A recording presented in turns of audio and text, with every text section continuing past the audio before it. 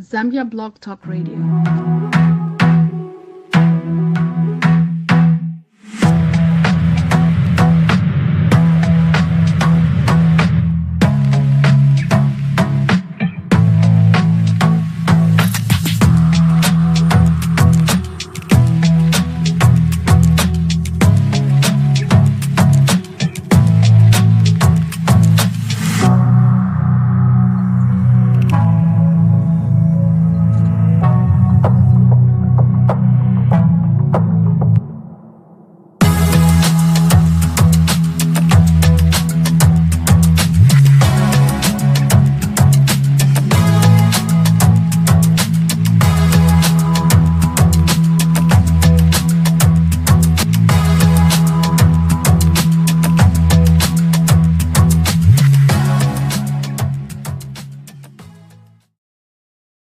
Welcome to Awesome Mind Psychiatric, where your optimal mental health is our goal. We proudly treat patients of all ages with compassionate, evidence-based care designed just for you. Led by Mutinta Tembo, a board-certified psychiatric nurse practitioner, our care is personal and professional. We offer 90-minute evaluations and 30 to 45-minute follow-ups, giving your story the time it deserves. Choose what fits you best, with in-person or secure virtual sessions tailored to your lifestyle. We're located at 28210 Paseo Drive, Suite 190, Room 241 in Wesley Chapel. Our patients say it best: 5-star reviews reflecting lives changed and hope restored. From anxiety and depression to ADHD and trauma, we're here to support your healing journey. Call 321-578-6906 or 813-34 or visit awesomemindpsychiatric.com to book now. We accept all major insurance plans, including Medicare and Medicaid, for your convenience. At Awesome Mind Psychiatric, your healing starts here, where you're truly seen and heard.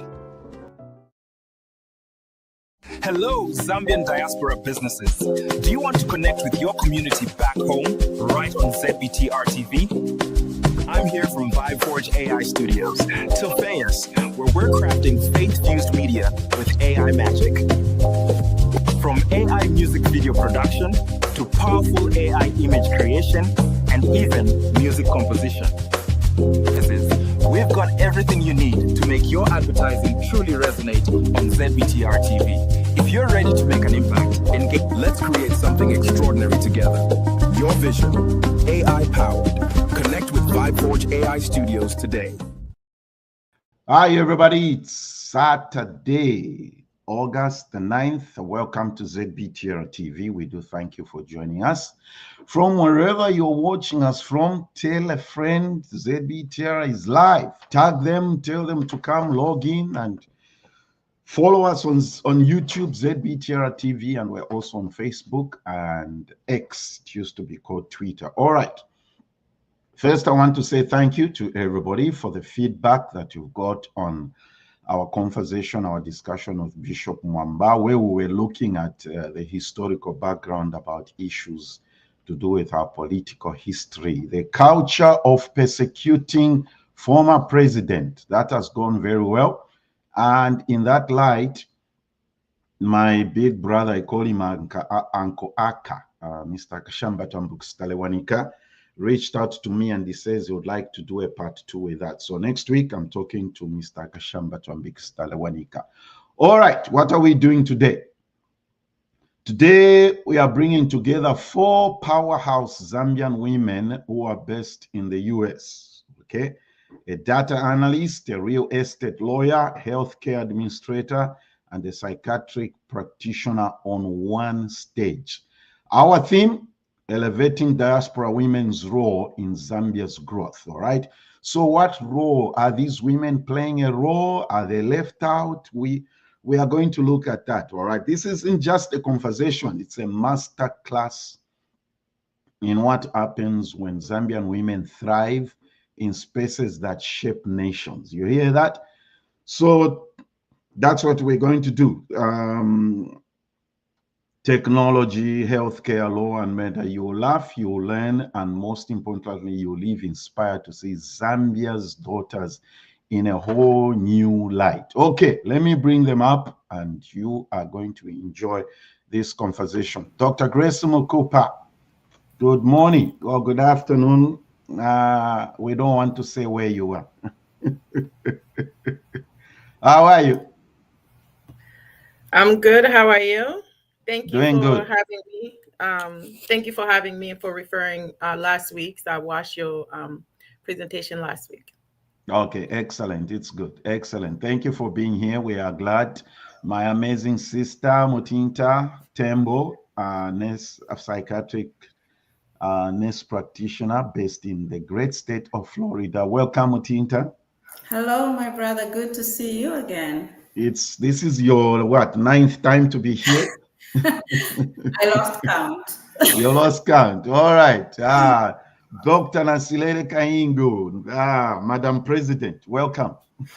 Thank you for having me, Pastor Nathan. Or is it retired president? Which one is which? I think retired is better. Retired president. All right. Yes. And last but not least, my sister who lives in my neighborhood. Where is she now? There she is. Mutunda Kalaluka Osafo, litigation real estate lawyer based in Texas. Hi, Mutunda. Hello, Pastor Nathan. Hello, everyone. Thank you so much for having me. Welcome. Welcome. We're looking forward to having a great discussion here, and we shall engage everybody that's tuned in. Let us know where you're watching from, and would like to engage with you. So our theme today is elevating diaspora women's role in Zambia's growth. Okay. Mutunda, I'm going to pick on you first. What does national growth entail in contrast to national development? I want us to get that out of the way first as we begin this discussion. Okay, so these two terms are really distinct. National growth is the quantitative, and national development is qualitative. So I want to put it this way. So national growth is what you see in numbers. So this is the GDP and, all those numbers that lead to the growth in our economy. And then national development is what you feel, like, the effects. It's more like things like healthcare, just the benefits that you see as a result of that growth. Dr. Grace, you want to add on? Yes, I do agree with my sister that it encompasses GDP and national index and the data that exists. But let's look at the context of Zambia. In Zambia, look at a GBT, the growth. We've been talking about mining system. We've relied on that since independence and before independent sector. But without the parallel progress, when you look at agriculture, right, infrastructure, you look at technology, we're talking about AI and social issues, Zambia is at risk. You have to infuse those together. Like my sister said, GDP has to come into play. If we are behind, this is going to be a challenge with Zambia, is to have an opportunity and to ensure that economic gain are transformed into a long-term, not just in the sector of GDP, but we have to be inclusive in our society, inclusive of those people who are marginalized, left behind from the villages compared to the cities. It's an intersectionality of being inclusive in the health sector, but GDP does come into play, qualitative and quantitative. So thanks for bringing that up. You see, you are raising you raised an important point about those in rural areas compared to those in the city. Okay, and we know that in Zambia that is almost like night and day. How do we narrow that gap, Mutinta? How do we narrow that gap? Is it even I don't know whether this is an English word. Is it even narrowable, or it has to be the way it is? The rich get richer, the poor get richer. poorer? How do we narrow that gap? A great question. So, I mean, to start on a positive note, it's important to note that, the GDP has been growing, steadily from 2022, we're at 5.21, 2023, 5.37. And according to Bloomberg and IMF, is projected, actually, those projections were from June, projected to hit 6%. And the term they're using is juggernaut, right? Strength. To me, that's like blowing a whistle, like, let's go invest. Something is working. What's working? Copper is appreciating, right? Our debt was restructured. We saw in 2024, when that was being done, we slumped to 4%. Once that stabilized, we stopped paying how much? 4 times the amount of the national health budget. That's how much we were paying in debt. Once that was restructured, our economy started to pick. We've seen the rainfall this year be better than our previous years, and the Zambia international bond market is thriving. So if I'm an investor, foreign especially, what they're saying is the environment is ideal. So GDP is showing that we're doing well. The economy is growing. We've seen an increase in more national budget for health, for education. The gap is there. I think how the resources are being allocated, this is where we need to focus, and this is where we come in the diaspora. Because we do have the skill set to implement. Zambia is not data poor at all. The brains are at home.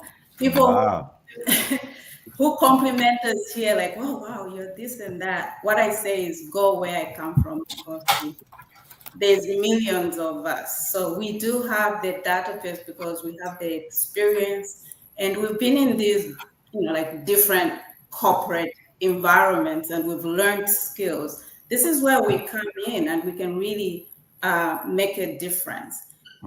Be it life expectancy in rural areas. How is it comparing to the cities versus the villages? In rural areas, the nearest healthcare facility is about 5 kilometers away on average. So if you have a black mamba bite, you will not make it. Like, you are gone. That's, there is a disparity. So what do? We have to start with the electricity. Is the internet accessible? If we don't have electricity, then we don't have internet. If we have the internet and all this technology and the systems, the framework that we need to have these systems that can be operated and reach people who are far in the rural areas, I think we will begin to make progress in the healthcare sector, agriculture sector, and the education sector. So I think we'll get in details on how to close those gaps specifically. Okay, we are not denying that there's been some growth in the economy, some highlighted sectors, Nasilele, and yet there is this gap that we are talking about. That's the reason we are here today. There is the need for elevating diaspora women's role in this growth that Mutinta, Grace, and Mutunda have talked about. What are we saying? What aspects are our concerns? Where is the gap? Thank you for that question, Pastor Nathan. I think as a country, we have a long way to go. When we talk about bridging the gap, honestly, we have to focus on a lot of areas. There are so many areas that we can focus on, but there are 4 major ones that if we go steadily on these, that gap may gradually be gone. And these areas are the economy. When we look at the GDP, the growth rate. Let's look at the inflation rate. What is going on there? We look at the employment level. Are our youth getting employed? Because the key group that we have to look at as a country is the youth, because those are tomorrow's leaders. Yes. Are the youth being employed? Is the level of employment going on steadily for us as a country? We also have to look at the foreign direct investments. We know the Chinese are taking advantage of the system, and we are allowing it as a country. When are we ever going to stop? If we stop, is it going to help us grow? So there are so many areas that we have to look at when it comes to the economy. And also we have to look at our healthcare system. Are we making progress? Is the mortality and infant rates okay? Is it growing? Is it reducing? If it's reducing, what should we do better? If it's increasing, what is there to do? So we have to look at all these areas in order for us to say, now we are closing in the gap. We move on to education. Is the literacy level getting better? Are people getting back to school, especially the older adults? And I need to thank the president for bringing in that initiative where people can go back to school even if they are older for nothing. Because the main block was the financial part. A lot of people were eager to go to school, but they didn't have the finances to do so.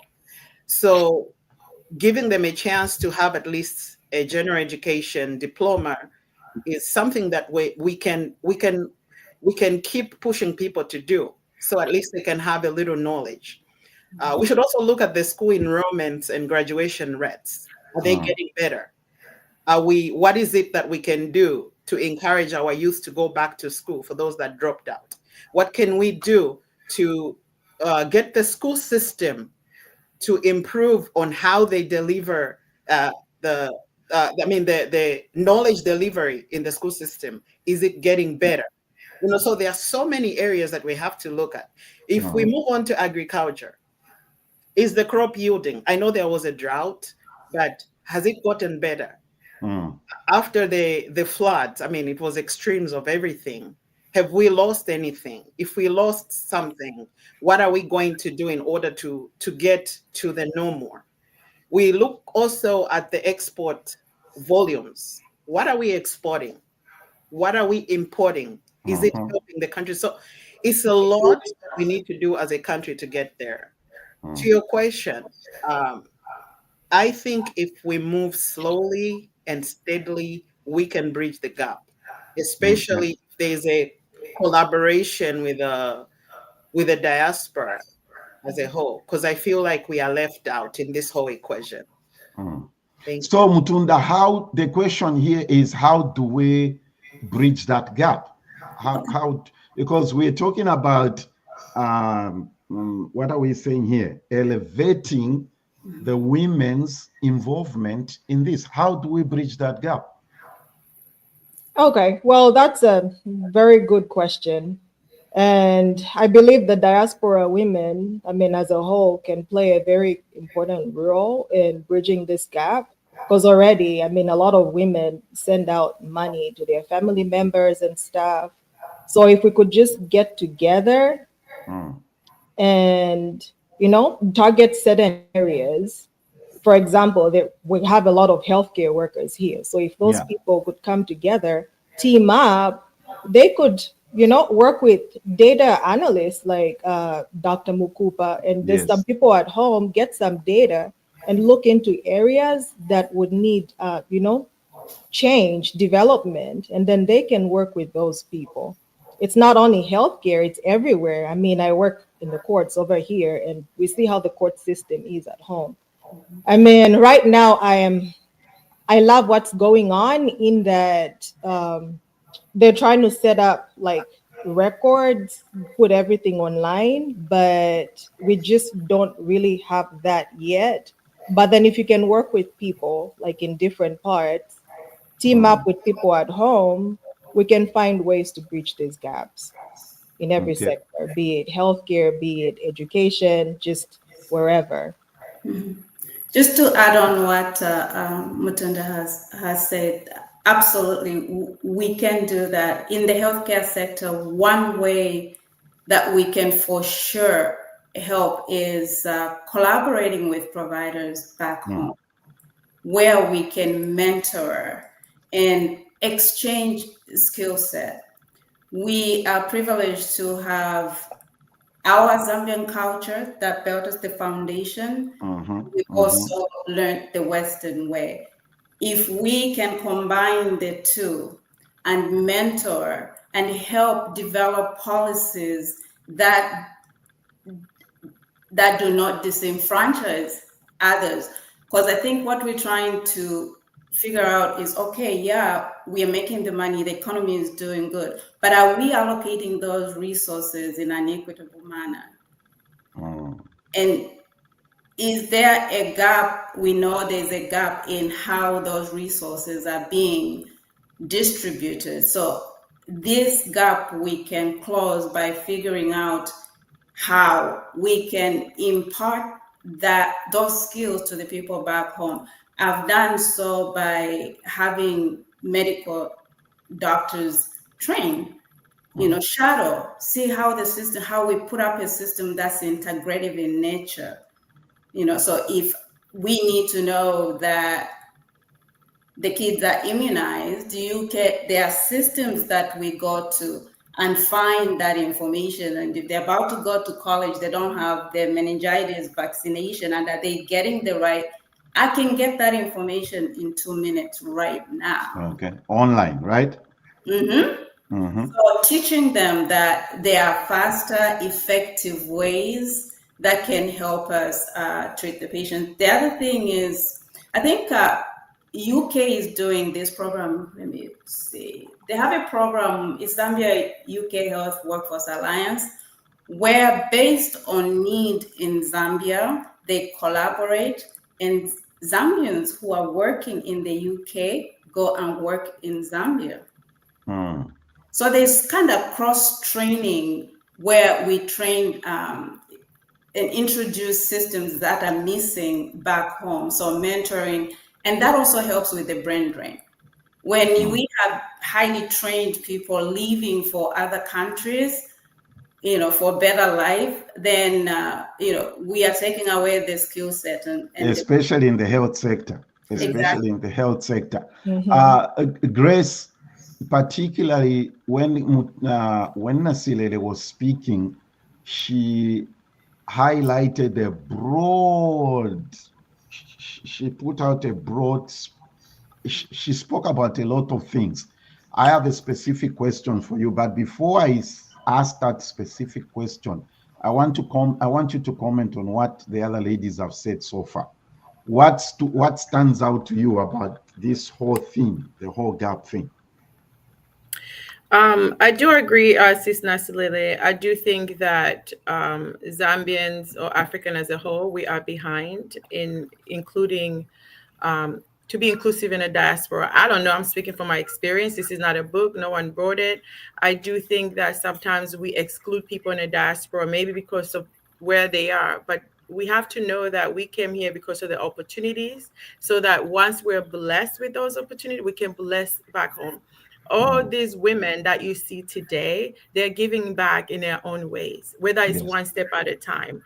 Zambia's economic growth is very interesting to me. I know we rely on, we talk about copper, but we need to empower when it comes to education. I think that was your question that one of my sisters touched on. Yes, education right now is kind of free, right? I think the current president did that, but we have to be intentional in putting rules and policies in place to make sure that if I gain undergraduate or whatever education I have opportunities to grow. And people escape because we don't have those opportunities. People leave because other opportunities represent themselves. But we are here on this platform to remind people that our passion is back home. No one is going to leave their household, their home, their families if that country had better opportunities. But also we haven't forgotten where we're coming from. That's why I think to include, if President HH, are you listening? You got to include some of these powerful women. at least on the board, to make decisions, because we are very intentional. We have gained the Western knowledge and the Zambia knowledge. We have come through trials and tribulation to get here. So I just want to echo that, be inclusive. And our politics in Zambia, women are still behind. There are few countries in Africa where 50% women and they're in parliament. The question is, how much decisions are they making? So let's include the women, not just in education, but those So who are whilst you are still at it, Grace, how does this collaboration look like? How does this collaboration look like? I think there's no one way that it includes everyone. There's no one socks or one shirt fits all. We all tackle different aspects, healthcare, data. Data can include that data because you're very competitive in a market on a global scale. Include healthcare. Economic growth has to yield and be dividend with the poor. We're talking about the poor. I was born in a village. I'm sure every one of us has a village, even if we ended up in a city. So include different voices on the table. I know sometimes we push ourselves, you don't belong it. We put our table and start talking. Leverage the opportunities, the education, the experience of those people who are passionate about Mother Zambia. Excellent. Okay. Mutunda, what we are going to do is we're going to narrow or zero into this conversation two sectors, health and education, because the conversation is, the issue is very broad, very broad. I agree. Mining, agriculture, and all these things. So let's deal with education and health because they are the key factors. So Mutunda, how do the statistics look like for 2024 and 2023? Share with us what you found out. So in 2024, there was actually a rise. Like there was a rise in enrollment and the number of girls that sat in like the grade 12 exams. In that 51.27% of the girls sat for the exam, in contrast to the 48.73% of the boys that sat in those high school exams. But I'd like to point out that in as much as there were more girls than the boys sitting for the exams, the girls didn't do as well as the boys, in that the boys really outperformed the girls. And one of the challenges, or one of the things that the minister was complaining about was how a lot of the people that didn't do well are in rural areas. So the girls in rural areas and the girls with special needs didn't do as well. And this is where we can come in and see how to bridge that gap. Like, how do we make things better? Like, how do we get these girls to perform better? And why are they not performing as well as the girls that are in the city? Yeah, I think that's been a very serious problem over the years. And let's try to talk about that. I mean, this issue, when everybody watching, when we were preparing, me and the ladies were preparing this, one thing we said we are not going to go into, which is the subject on its own requires its own segment or show, pregnancies and early marriages. We won't go there. So those who are watching, Dr. Stella, Brenda, Elizabeth, Zenith, Dr. Musanje, everybody else, I can't mention your names. Please, in the comments, let us know what you think. How do we address this issue of the rural kids not being up to par with their counterparts that are living in the cities, okay?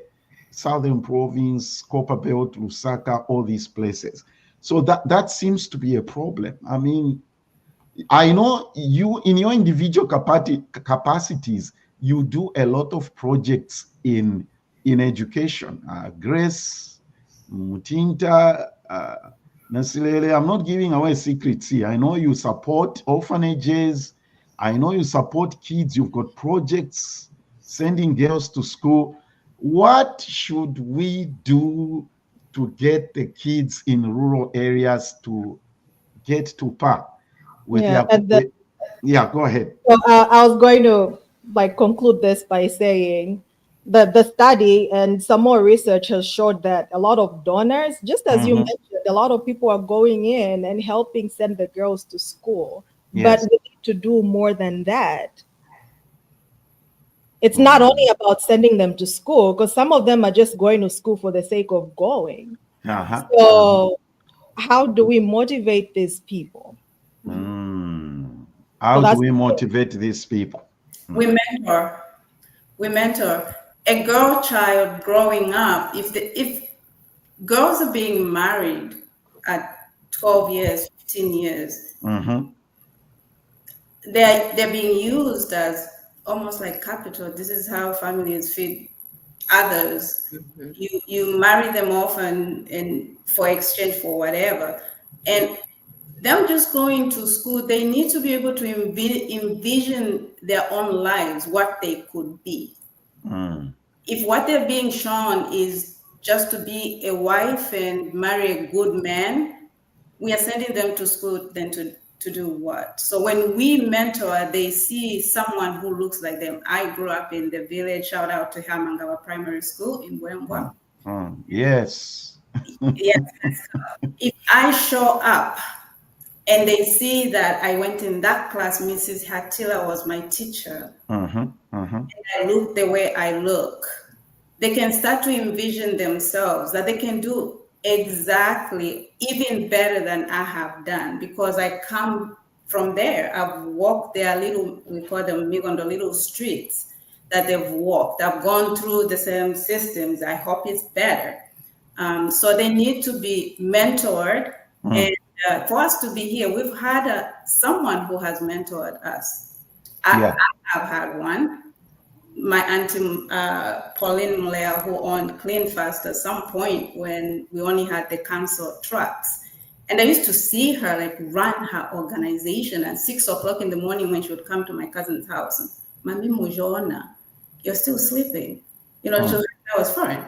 So when I started then to become an entrepreneur, she inspired me to have that good ethic. And she made me subconsciously believe that I could do it. I don't know if she realized that. So we need to show up in those rural areas. I haven't been in 30 years. So when I go, I need to show up and show these kids what they can be. To motivate them that here I am, I sat there. Go back to the schools and say, I sat where you're sitting. Here I am. I run my own practice in a foreign country. It can be done. Yareka says the girls in the rural areas need safe boarding houses. I visited Northwestern Province, and one of the complaints was the distance between the schools and the homes. Oh, that issue right there, Yareka, that, and I mean, okay. Here is another comment. Teachers don't want to go to the rural areas, and the infrastructure isn't there to house those who are willing to go. In most areas, kids have to walk for hours. Same point that Yareka is making is that the right view is saying here, kids have to walk for hours to get to school. Are we talking about Are we talking about government policy infrastructure here, Nasilele? Yes. So what I noticed before I get to your question, I'm just going to chime into what Mutinta just said. The reason why we have that gap between the rural kids and the urban kids in terms of education or people failing is, like somebody stated, the teachers don't want to go to the rural areas. And usually for those few that have gone to the rural areas, they don't get paid. But how do you survive? How do you sustain for your family? Or how do you cater for your daily needs if you don't get a pay? So it starts from the drawing board. Let's empower the teachers first. Let's make sure the teachers are safe. The teachers have housing, adequate housing. Then they can teach well. I remember stumbling into a Facebook video that was talking about a teacher in Western Province. I think it was Sinjembela district, where one teacher is taking care of 50 pupils. This is like elementary school.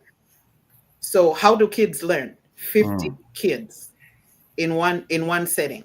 And these didn't even have shoes. They were sitting on blocks. I mean, they were writing on the floor.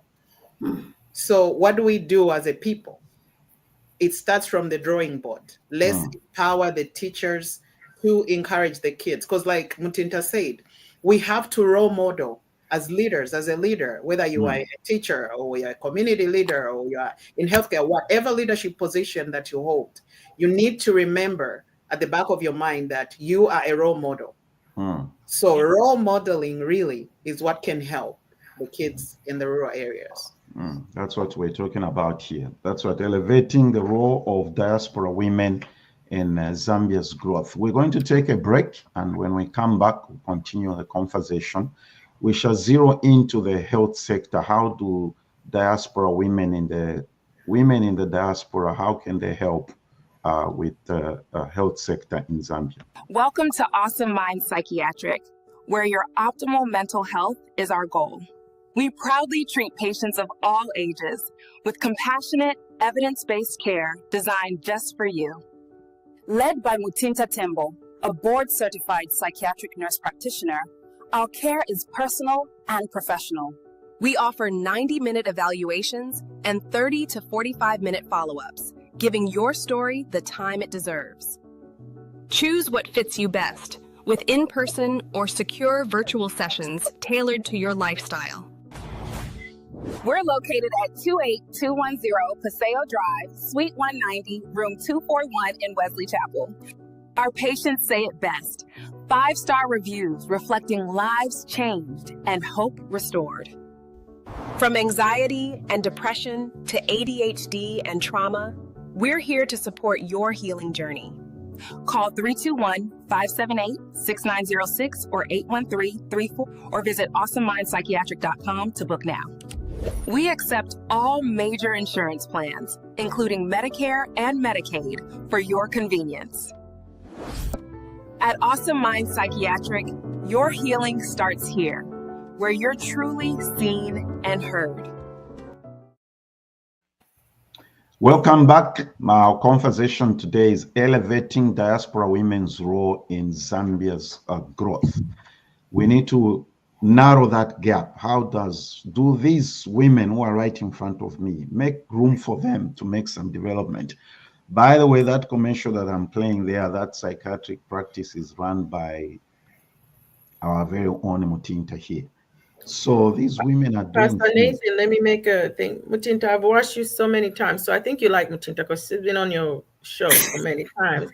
But I want to congratulate our Lozi lady, our queen, Miss Nasilele. She got her PhD. So congratulations, sis. Welcome to the PhD. Thank you. Thank you so much. You know, we're going to have fun. So I had to break that. No, but this part of the show is to have fun and understand and enjoy each other. And celebrate each other. We are. You know how I was going to cut you off, Nathan. Only Grace can do that. Only Grace can do that. Everybody just chill. These are my sisters. And yes. There's a reason I brought them here. It was intentional.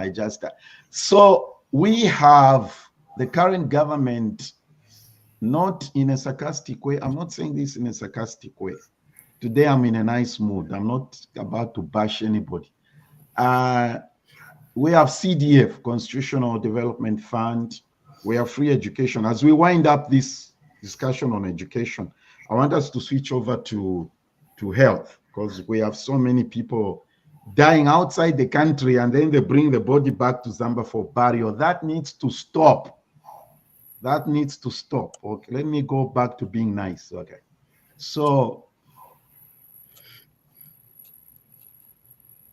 free education. I think Mutunda, you are the one who talked about this. Free. Let's talk about this free education. How free is free? Now that free can be a huge problem. Because it compromises the quality of education that the kids are getting. Because where's the money coming from? Okay. Did you all hear that? Okay. Continue, Mutunda. Continue. Okay. Yeah. So, I mean, in as much as the government will try and allocate money to like the Ministry of Education, just so these kids can have free education, that money is not enough to cover everything. Yes. Hence the drop in the quality of education right now. Mm. Because as one of my sisters mentioned, like some of the schools out there are bad. There are no desks, no nothing. The kids are just going there and sitting on the floor. So that's what's going on with free education. Or should I say with free education, this will even get worse because this policy just got implemented. So Right. It was bad then, is still bad now. Is there a world where we can have private, combined with public? I think there's a need for certain things to be public. And I see how the national budget, they say healthcare got 2.6% in 2022, 3% of the national budget, and versus education, which went from 19% to over 20% national budget. So I can see where they're trying to factor in that there's going to be overcrowding, and if it's bad, maybe it will get worse. It is. There is overcrowding. Sorry to cut you short. I'm told I didn't want to bring the pictures here. In some classes, you have 50, 70 kids. Yeah, that's what is happening. I had free education under Kaunda. We were 35 in class. Yes. Go ahead, Mutint. Right. I think there's a place to have some public education sector. We have that same model here now. Of course, we are, a superpower, so to speak. But is there any way we can model our system where two can exist and still have good public schools? I've lived in communities, they say in New Hampshire, your children are better off going to a public school because the investment, the community, they're investing in those schools. So if I went to Hamangawa Primary School, I'm invested in Hamangawa Primary School to make sure that maybe they build another block of classes so we can reduce the number of the students in class. The mentality also, I think, for all of us kind of has to start to shift from what can the government do for me versus what can I do for my government. Because most of the time it's not working. This is not, there's a place for the government, but are we overburdening the government? Are we looking at what we can do as an individual? And it doesn't take a lot. If I change one kid's life, I'm doing my job. That's right. Also a shift of a mindset of what we can do for the government versus what it can do for us, Dr. Grace, you wanted to add on? Yeah, thank you, sis. I just wanted to add that I'm looking at my area of expertise, so Mumbwa side and Southern Province. I know that in Pemba area, students' motivation is long distance. I'm not ashamed. Someone said you should be ashamed. I'm not ashamed that I was a village girl. I walked miles, and I do think a lot of Zambians have done that. So it's not a new story, but it is my story. When I looked in Pemba, they looked at household poverty. When you provide education, when you provide food at the school, sometimes mom and dad, they're encouraged to send you to school because they're going to save a little bit of money. So when we compare the rural area and we compare the city, we cannot change Zambia. That's what the reality is. And the evidence of the program in Southern Province, when I was doing my research, is that the data moved from 37% to 80% when you provide transportation. So transportation was a big thing. I know in Magoya, where I've done my research, also I would jump to Central Province in Mumbwa. It's the same thing. So one of the suggestion, according to our research, was provide bicycles. But the question is, we have bicycles in the U.S. How can we track that when you drive it, or drive a bicycle? What did you cycle to school and you come back home? How can you track that is back home? So it was distance, food security. If you provide food, so it moved from 37% to 80% people attendance, and dropout rate reduced. And like I said, this is in Pemba area of Southern Province in Mumbai. And I yield my mic. Pastor Nathan, I wanted to contribute to what Muti said about, I think she said something about paying and how the community can help with the schools. So like where we are, like in my county over here, the government taxes us. Like we pay a lot of taxes that helps out with the schools, hence the free and good public schools. So the question that you asked, what we can do to help the government, this is where we can come in again as the diaspora, provide ideas, talk to people back home and see how they can implement such plans. So just so they can figure out more ways to make money, because if you can make extra money, they'll be able to provide free education, and not just free education, but good quality education. The problem, Mutunda, is the taxes collected in Mwinilunga go to Lusaka. Right. The taxes collected in Sinazongwe go to Lusaka. The taxes collected in Sesheke go to Lusaka. That's where the problem is. So I agree, but it's not only taxes. So that's why I was saying they can, engage in discussions and come up with certain ways. It might not just be taxes. It might be something else, because there are ideas. There are brilliant people out here. Yes, I agree. I mean, all of you here, like I said at the beginning, are doing some sort of project in Zambia, which we haven't gone into. You see, so it's not, the concept of this conversation is I'm not just going to send money to pay school fees, to buy medication, to pay the hospital bill. I need to have a voice in what is going on. That's the whole thing. You can't just be, I need to have a say in what is going on. Namunji says, before we move on from this education thing to health, in the rural kids lacks infrastructure, resources and mentors, and in the homes they come from conducive environment. This is what has already been addressed. Here's your friend Grace. Zenith says closing the performance gap means tackling everything from deep-rooted gender norms to basic and safety, access and mindset shift as well. That's a huge one, Zenith. That's a huge one, okay? Yareka again says we can easily adopt schools and support teachers. I've tried to do that. Yeah, I think that's a good one.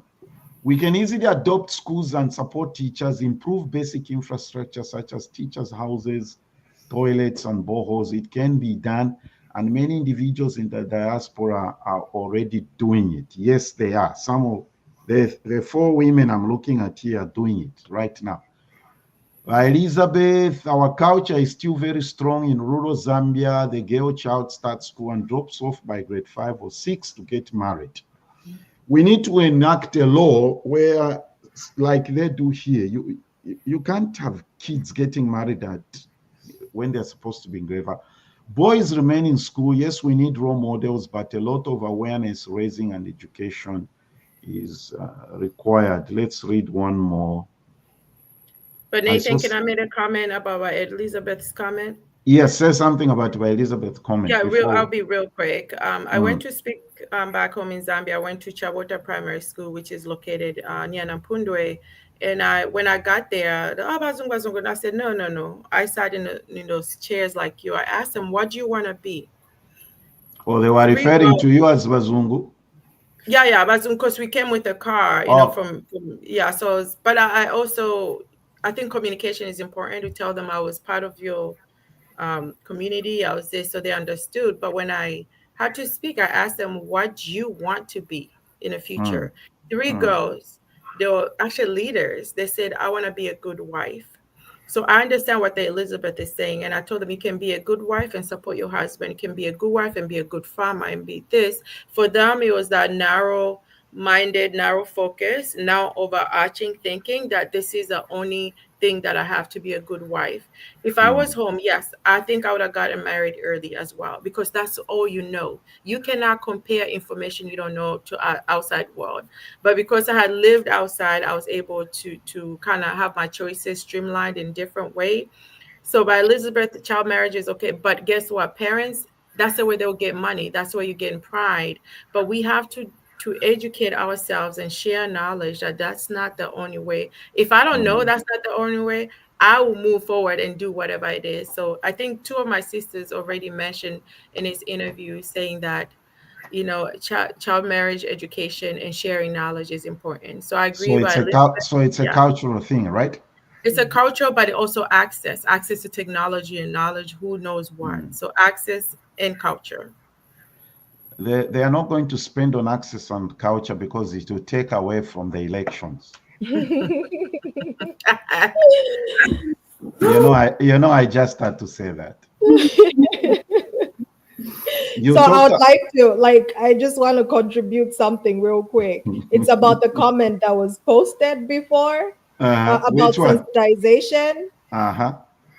So I believe sensitization begins at home.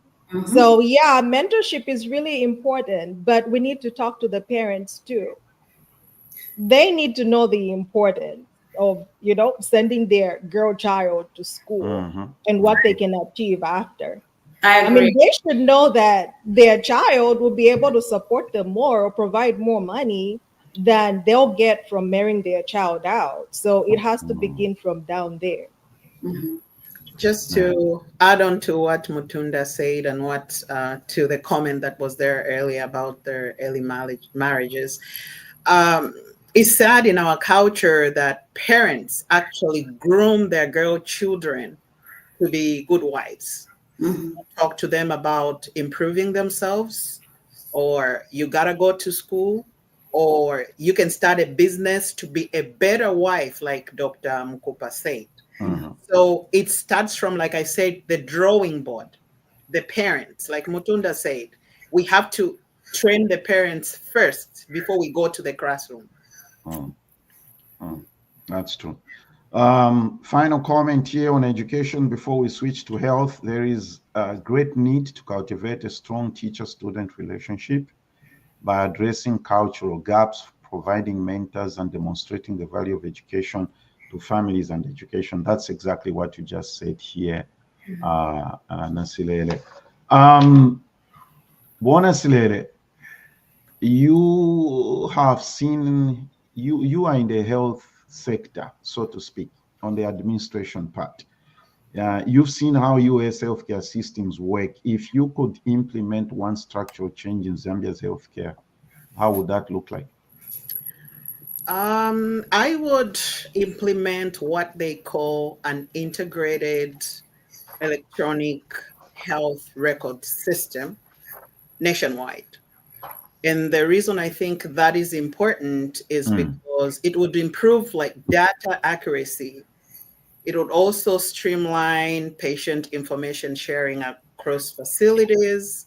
It will reduce medical errors, which are a big thing everywhere. And it would also enhance overall efficiency. Because in healthcare, whenever a system is introduced, there are two sides that we look at. We look at the efficiency, and we also look at the effectiveness. So I notice in our country, there are systems that are there. The system that we have there are just there to keep us going, to the next day. It's not about what are we going to do in 10 years? Is this system going to work? It's like, there is no attitude of, can I improve of what is there now?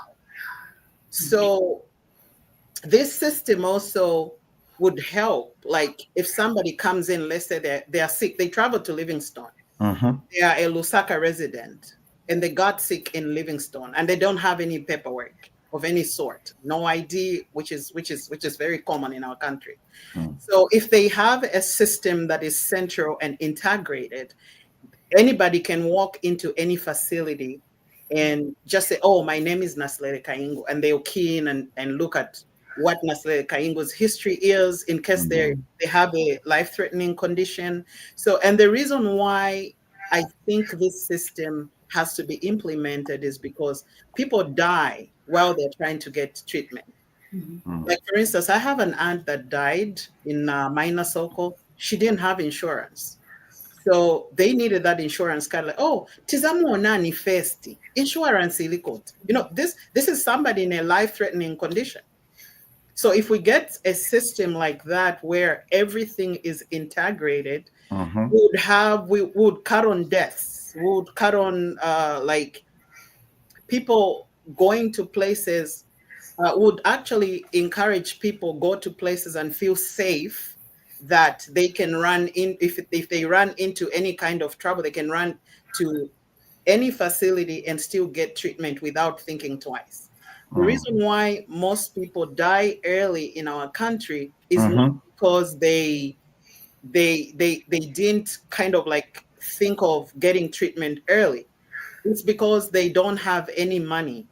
Mostly it's because they look at nganaya kulia balance chat now kwata scheme now kwata insurance, so I won't go. So if we have a system and make it mandatory that, let's say for instance, everybody has to pay $20 towards the system, then go to any facility anywhere in the country, I think that would be helpful. Yeah. Before everybody throws a tantrum and say we are not looking down on our country, we're trying to remember the theme is how do we improve these professional women's involvement in alleviating the growth that is going on.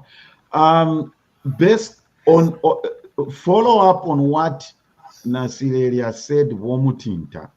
Therefore, what role can diaspora healthcare professionals play in bringing the gaps in Zambia to the healthcare system? You're in the healthcare system too.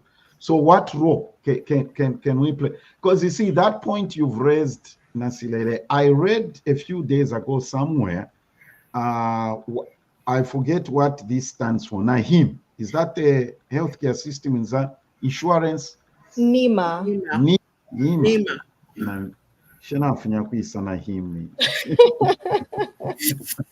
I'm told certain healthcare providers in Zambia are not accepting the NEMA thing. Okay, let me not digress. My question to Mutinta is, what role can you play?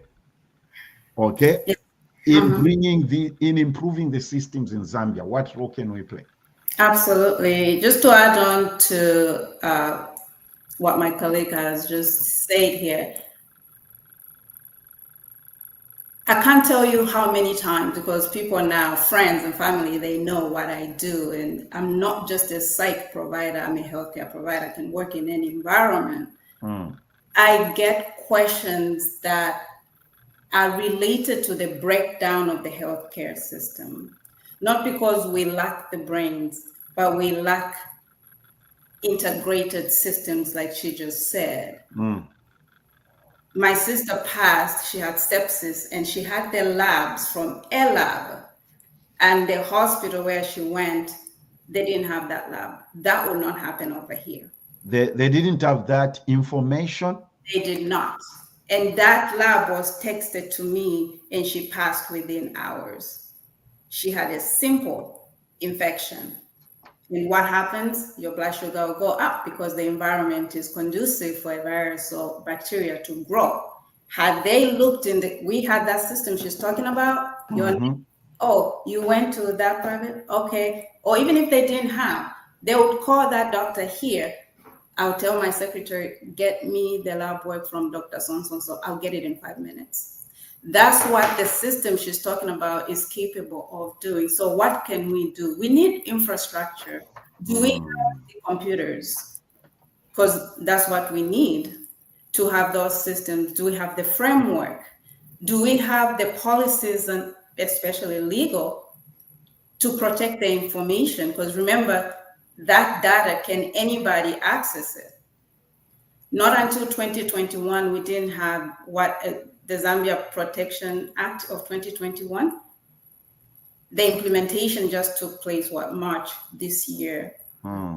So is the information going to be protected? How can we bridge that gap? By the way, Zambian ladies, what I'm trying to say is, if there's a gap, that's an opportunity for income for you. Yeah. We need to make profit, but to develop our communities. That's right. So that gap there, how do we secure hardware and software? Okay. Can we get them donated? Institutions, so that we can have the best practices. One of my former classmates now is a professor at the same school that I went. We've had conversations. Is there any way we can have international students in their final year, highly skilled, and graduates from that school are highly, sought after? Can we have them go train 6 months and have their international experiences? Kenya has those programs, so that we can start to close that gap by training them to utilize that data appropriately, because we can have it. We can have the systems. If the manpower, if they don't know how to utilize it, we won't get where we want. So we can close that gap by partnering with institutions, by mentoring, healthcare providers in there. I think, I'm just throwing it out there, Zambia National Diaspora Policy, how does that sound? Where we can have a group like this and have policies on how we carry these things out. If we have ideas, there are a lot of healthcare providers in, be it nurses and doctors in our community. Bring our ideas together so that we can bridge the gaps. I think the two that I'll go with, it's technology that she talks about. Let's have the EHR. There's so many of them, Advanced MD, Millennia Center. I use Tebra. I've used a lot of those. Let's have them in place and start integrating this information to improve our healthcare. Equipment, hospital equipment. In America, let's say bladder scanners, they're auctioned all the time. And we work closely with these administrators. There's one right here on our panel. Is there any way we can have the equipment donated to our countries and have it taken where need is assessed? That's the role that we can play. See what we lack. Let's say normal saline for dehydration or malaria, or protein someone cannot eat by mouth and they need G-tube. You know that in the hospitals, they run out of that protein feeding that they need. And at home, you have to go make something that is protein heavy. We can do that. We have nutritionists in our diaspora. So we can do that. We can close the gaps. I think let's start with technology and having the infrastructure and partnering with institutions so that we can start to impart the skills that we've learned here and integrate them in our communities in Zambia. Okay, now here's the big question to Grace. How? This is your area. So, how can Zambia leverage data analytics to make smarter national decisions in sectors like education, health? Maybe let's just leave it to, you can address this across the board, but I want you to restrict your response to health. What would that actually look like in practice? How can Zambia leverage data analytics to make smarter national decisions in the health sector? Well, I do. Thank you for that question. I do think data is a backbone of a country. I will give an example with the U.S. government. We use data to predict emergencies in terms of natural disasters. We use data to see where we can place people, especially in education. How can we look at the graduation rate, and how can that give us a view of the future? How can we avoid the risks? So we do that in our cross board. I do believe that Zambia is doing that, but we have to be, like I think one of my sisters said, to be intentional. Looking at data, it can tell us, especially in healthcare, you can predict if the rainfall can come. I'm a farmer child. The rainfall can come. What Yeah. diseases? Is the cholera going to come? I think data exists to prepare us to predict the future and also manage the current situation. I'll say the present, the future, and predict. So I think the same way that the US does use data, we can utilize it in Zambia the same way. It's different countries, different structures, but data does inform us. And for me, as a data-driven person, I do know that when we look at it, we can predict and avoid certain things. I think there was cholera recently. My families were afraid to travel to another part of the country. And that would be, they didn't know until they got there.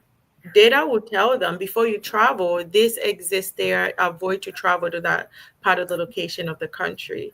We need to do that, but also, do we trust in data? I believe in data, but what we need to do is unpack and see what's informing us and work with our professionals who have the knowledge. Like, we have education data, but we have people who understand healthcare. How can we work and utilize their knowledge, whether they're in the diaspora, whether they're at home on the ground? How can we utilize their knowledge to predict, prevent decisions, and protect our country as a whole? So, You know, I like the example you are giving about weather forecasts. They use data, right? I mean, like Yareka is saying here, data is everything today and the future. I mean, Mutunda, data is data. Whether you are a lawyer, whether you are whatever, data is speak to that. Data is just like the example. Yeah, like the example you've given Mutinta about somebody, they didn't have access to your sister's lab information. Yes. And interesting thing here. Look at what this is what Derek is saying. My friend's wife was called at 5 p.m. to go in for surgery in the morning. When she arrived at 7 a.m. the following, our file was missing. Let's just pause there before we finish this sentence. Our file was missing. Our surgery was postponed because our file was missing. Mutunda, how critical is the data thing? Well, I mean, as I mentioned earlier, data is really important. I brought up the part, when I was talking about how we could use data to implement certain policies at home or look into certain areas that need improvement. For example, education, like we would use data analysts and data scientists to get, what we need to do, areas that need development and areas that need our help. And then we can just work with that data instead of just, going out of nowhere and just running around, as they say, like a headless chicken, right? Looking for projects to work on. It would carry more weight, and it would really be more helpful to work with this data. Interesting. Anybody else on data? Just to add on, I look at data as being ingredients. Because if we don't have ingredients, so for instance, we want to make shima, we are going to look for, we're going to have water, and we're also going to have cornmeal. So I'm looking at those as the data that we need for us to cook shima. So it's more like ingredients. Whatever you have to make, let's say a meal, or you are doing an assessment, or whatever else you are doing, you need to have those ingredients to get to the goal or to get to whatever you want to have. as an end result. So I look at data as ingredients. Wow. You can tell this sister come from healthcare. I see. I see. Because for me, we have to look at data from different angles because we do different things. And as emergency management, with when we work, we have been able to save lives in elevation. How low is your house when a tsunami, when a storm, when a flood comes, right? When a flood comes, so you are able to elevate a house. You're looking at a point or acquisition. So for those who are into data, you're like, I'm preventing lives now and for the future, and create sustainability of lifelong live. But by healthcare, our ingredients, how come? Put that ingredients.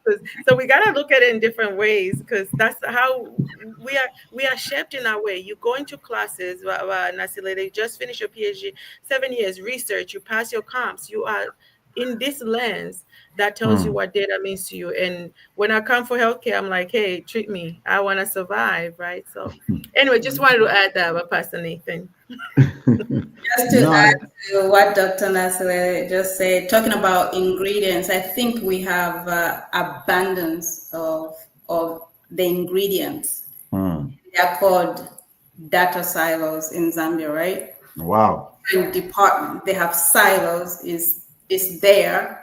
Is not, the systems are not communicating. We are lacking that, and that's where data analysts really will play an important role, so that the systems can start communication, and that information or that data can be accessible to the parts that need it. We are ingredient rich right now, but I think we are insight implementation kind of poor state. Mr. Banda from Zambia is supposed to join us to give us an update on how much the strides that the healthcare system has made. Okay, is he available? I did send him the link also. As Mr. Banda is getting ready to join us, here's a comment from the big boss. This one is the boss of bosses. Yeah.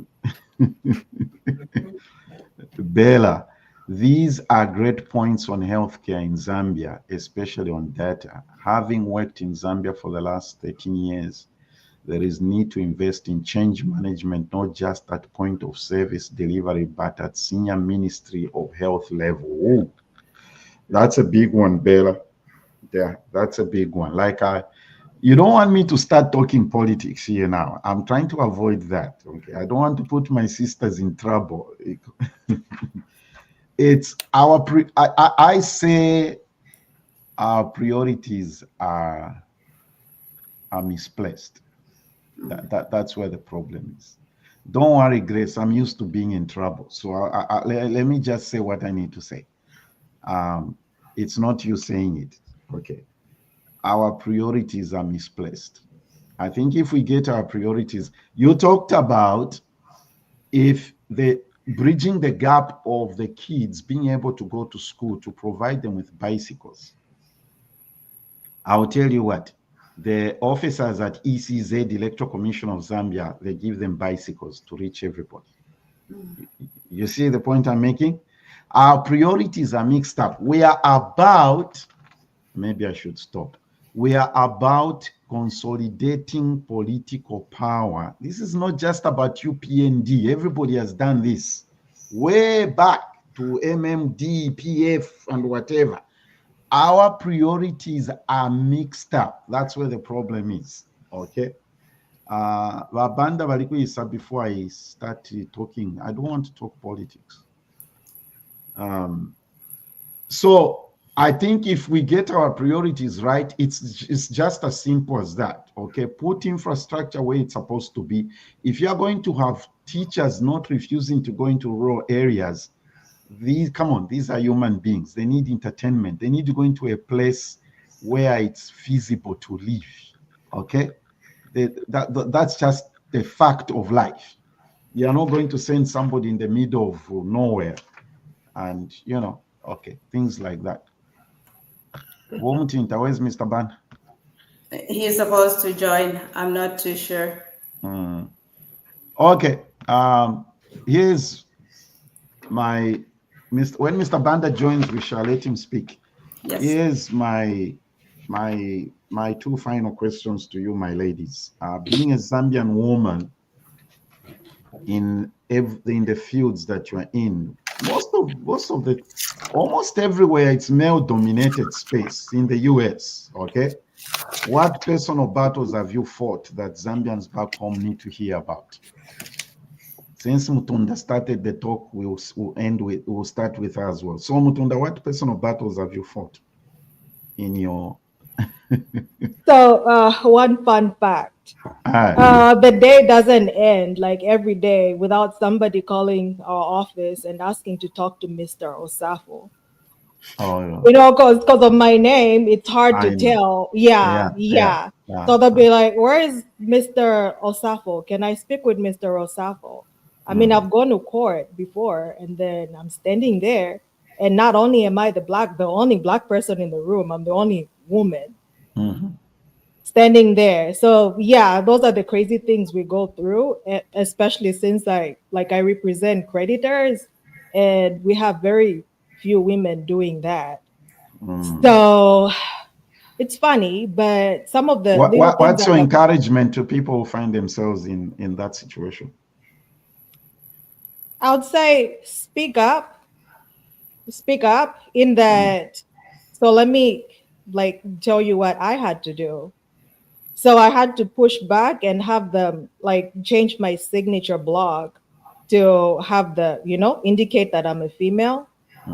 I had to have the state bar indicate that I'm a female.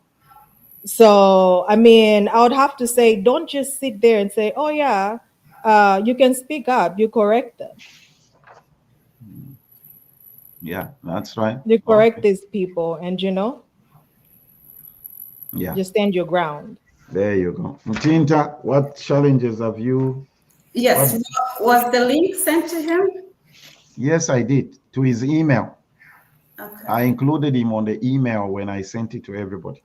Let him check his spam. It could have gone to his spam because it's coming from ZBTR TV. Okay, let Nasilele talk whilst you're dealing with Mr. Dr. Temb. Nasilele, what battles have you fought?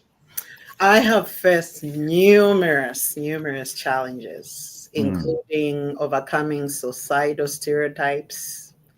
As a triple minority, that is a Black woman with an accent. So I'm Black, I'm female, and I have an accent. It's very hard to penetrate the system, really. There are certain expectations and certain areas that I have to navigate. There are certain cultural expectations of gender roles that I had to maneuver. So what has made me stronger is my confidence. I tell myself actually every day that in my day today, I'm going to make it, because nothing is going to break me. Matter of fact, if any battle comes my way, or if any challenges come my way, those are just going to make me stronger. And that's how I get through my day. So you have to know who you really are. First of all, you went to school to do that degree because you wanted to have a certain title, or you wanted to work in a certain role. So whatever role you are in is not going to be like a piece of cake. You're going to face challenges, but how you fight those challenges matters. The last thing I told myself is never to give up on what I started on. And that's what keeps me going. Never to give up. Okay. Dr. Grace? Hey, I need a warning. I need a warning to prepare my brain. So I would say that, so I grew up in Japan, in Belgium, then lived in Tajikistan, Macedonia, and Turkey. So I'm just giving that as a context because I want to piggyback on what Dr. Nasilita just said. I have to, when I'm sent abroad, I'm sent as an American citizen to represent a country. When I come back home, that country doesn't defend you as a Black person, as a Black woman. So you're representing that country. So I have struggled with I would say dual cultural lens, where you're constantly navigating how to present yourself both as a Zambian, as an African, as an American, but you are there because of the country that sent you. And I'll give you an example. I was teaching a class in Macedonia, a place called Shtip. Myself and my friend Brittany, she's of Caucasian descent. She lived in Virginia. We were teaching, but I was leading the class. I invited her as a guest. And like Dr. Nasalita said, we have an accent, but we're also proud of who we are. You know, I'm proud that I'm from a village. I'm from a cow village. I can milk a cow. I'm proud of that, but I can wear my heels any day. So this lady, when we explained the word, she's like, oh, I want Brittany to say it. Because even if I said the same word, she wanted Brittany, my friend who I brought as a speaker, to kind of leverage the status quo of that word. So for me, I think my challenges have been those of dual lingo or dual citizenship or just living that life. But also, I mentor Zambians, non-Zambian. I think where you live a trail, you want to live your life and work to the best of your ability so that whoever comes behind you, whether they're Black, white, or Asian, they are treated the same, and you're creating that platform to be even and no more and very intentional and very good to human beings. So those will have been my challenges in U.S. government. Yes, I have an accent. I'll give you, and I'll stop. My recent encounter was someone asking me, Caucasian male, my friend John, and myself, and she asked me, what gives you the ability, this was literally 3 weeks ago, the ability to be a data program manager and report on this project with the new administration.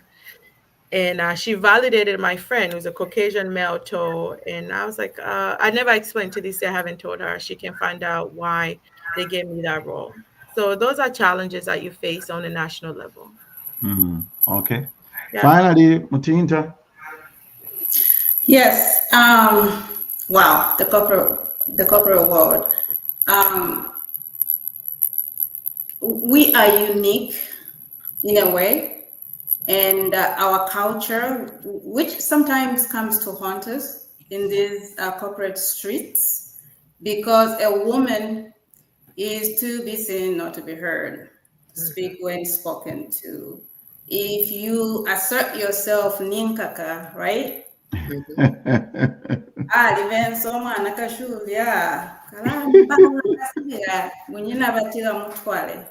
you know. So I grew up in the village too. You grow up with that strong cultural, background. And I do remember the first time working for a Fortune 500 company and clinical reimbursement, something. And they asked me to speak. I remember my voice trembling. I am working with the bottom line, $3 million a month on the line. And I could see the administrator moving his mouth. He was saying, speak up, and I was struggling. And he called me to the office and gave me a talking to. You're going to speak up or your brains will stay there. Nobody will know how brilliant you are. And da, da, da, da, da. I was offended. But I started to find my voice because I realized someone who looks different from me, a male Caucasian, sees the value that I bring. So, advice to my sisters in the diaspora: platform, no one will hand it to you.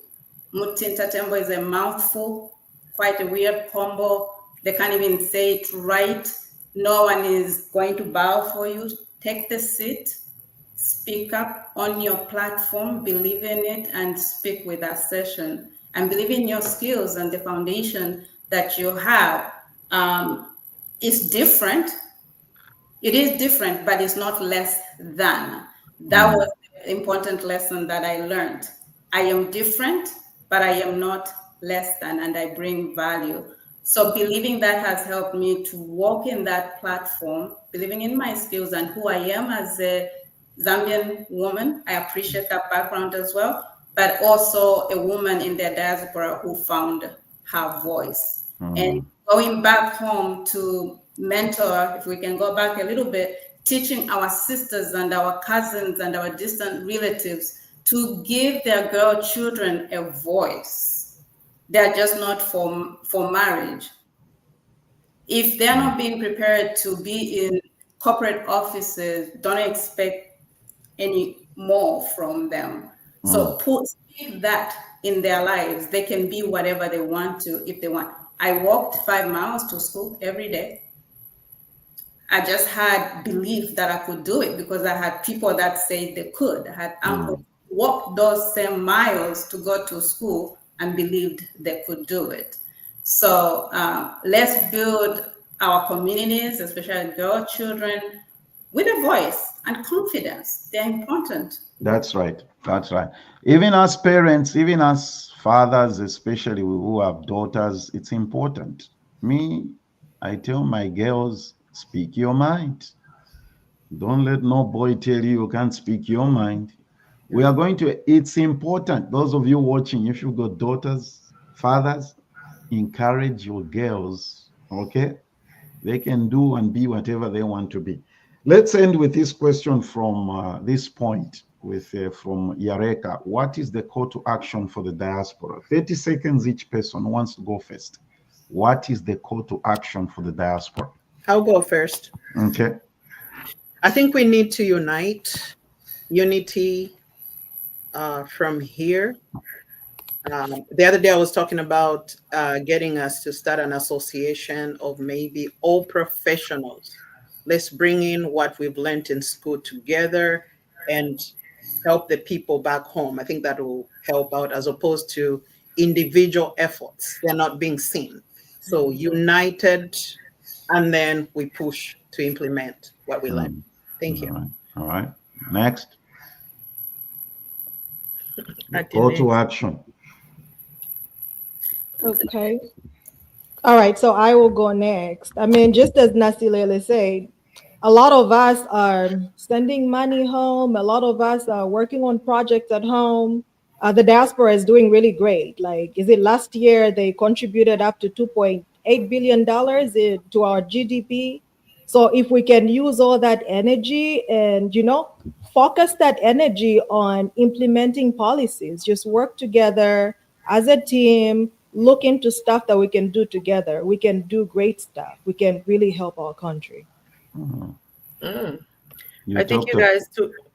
You talked about what we contributed. Here it is. Oh, look at the remittances. We're doing good.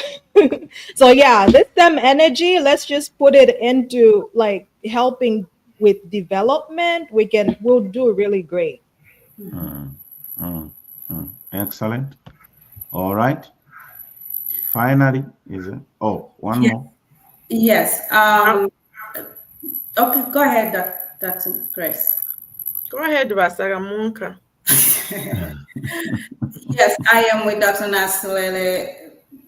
The alliance has to be formed for people in the diaspora. Just to add on that, choose a gap because the gaps are there. There are many. Just choose your gap. And Dr. Banda couldn't make it today. That is my gap that I chose to make sure that young and upcoming providers are coming and they're seeing how the world is operating, and give me feedback too, how I can help. Because sometimes we have this 10,000 foot view. Let's collaborate so they can give us feedback and find your gap. And work together as a group. Thank you. So I echo everyone's call for action. I also want to call on you to step, you as in you said diaspora women, to step beyond what feels very familiar and comfortable, to apply for that scholarship that you thought you wouldn't get.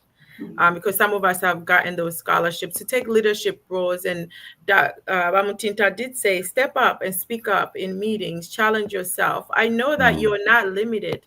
African women in the diaspora, you're not limited by where you are born. You are a strength and strengthened by where you're born. So Zambia needs women who are very globally grounded, very informed on a local level. I'll say also on a diaspora, very grounded. The world needs your voice, your needs, and we encourage you to step up in your own way. So I want to thank my panelists for their voices. So thank you for that. Excellent. Just a brief testimony here about the power of data. Last week, I went into an office. I won't say what it was. And of course, they asked me for my phone number. So I gave him the number. Then he says, it's impossible for me not to find you in the system. So he said, give me your name. So I gave him my name. Then he said, you change phone numbers. I said, nah, I don't think so. So there was a 214. There was a different number in the system, I think, before the time, I think we had cell phones, before cell phones became very blah, blah, blah, blah, blah. So in other words, he told me, can you believe the last time you came here? He gave me the year and the date. Just by me giving him my name. He went into the system. Everything about me came up. The only thing that was wrong was my phone number. Was the number he had in there was the one that we had in the apartment. Remember those days we had phones in the homes? Mm-hmm. Now we don't. We have cell phones. So all they had to do is just update my number in the system. The power of data. It's very important. Ladies, thank you for taking the time. Next week is the third Saturday of the month, and we normally have conversations with Muhambi. Muhambi is not going to be able to do the show. It's important for me to say this because he lost his grandfather, so the whole family has traveled to Zambia. Muhambi, we are praying for you, my friend. Love you and thinking about you as you guys put your grandfather to rest. So next week, instead of conversations with Muhambi, like I said at the beginning of the show, I'm going to have a conversation with Mr. Kashamba Twambukisitalewanika. He wants to continue that subject I started with Bishop Mwamba. So my topic with Mr. Kashambatwa is going to be, what's the subject? It's going to be constitutional and economic development in Africa, the case for Zambia. How the process of making the constitution affects development. He wants to talk about that. You all know, if you're a Zambian, how many times we've tried to change the constitution in Zambia. Every president that comes on, constitution review. Every president that comes on, constitution review. That's some of the nonsense we need to stop. Ladies, thank you for taking the time. I do appreciate you, Bomutinta, Nasilele, Grace, and Mutunda. And I'm thinking of doing a show. You know, one of the things that is very big in Zambia is real estate. People building, blah, blah, blah. Everybody's building, land grabbing, sell the plot to 15 people, and all those things. So I'm trying to, Mutunda and I, we need to work on a show on real estate in Zambia and talk about that, since that is your expert. Sure. Okay, everybody. Yeah, we need to do that. I think there's too much nonsense also going on in that area. Ladies, thank you for taking the time. I greatly appreciate it. Thank you. Thanks for having us. Yeah, and you all have a great weekend. Let's make this go viral and let the people see that Zambia has got powerful daughters in the diaspora who can transform the country. Have a great weekend, everybody. Thank you. Too. Welcome to Awesome Mind Psychiatric, where your optimal mental health is our goal. We proudly treat patients of all ages with compassionate, evidence-based care designed just for you. Led by Mutinta Tembo, a board-certified psychiatric nurse practitioner, our care is personal and professional. We offer 90-minute evaluations and 30 to 45-minute follow-ups, giving your story the time it deserves. Choose what fits you best, with in-person or secure virtual sessions tailored to your lifestyle. We're located at 28210 Paseo Drive, Suite 190, Room 241 in Wesley Chapel. Our patients say it best: 5-star reviews reflecting lives changed and hope restored. From anxiety and depression to ADHD and trauma, we're here to support your healing journey. Call 321-578-6906 or 813-34 or visit awesomemindpsychiatric.com to book now. We accept all major insurance plans, including Medicare and Medicaid, for your convenience. At Awesome Mind Psychiatric, your healing starts here. where you're truly seen and heard. Hey Zambia, are you ready to kickstart your Saturdays with insightful conversations, unmissable guests, and all the trending topics you need to know? Then you have to tune into the ZBTR TV show. It's an electrifying show every single Saturday morning at 9 a.m. Central Standard Time. From current affairs to lifestyle, entertainment, and everything in between, we're your go-to source for vibrant discussions that matter to you. Mark your calendars. Every Saturday, 9 a.m. CST, join the ZBTR TVS show live stream and be part of something amazing. And while you're at it, don't forget to subscribe to our channel. Most of our viewers are not subscribed, and we really want you to be part of our growing community. Also, give us a follow on our social media platforms to stay updated throughout the week. Zambia Blog Talk Radio.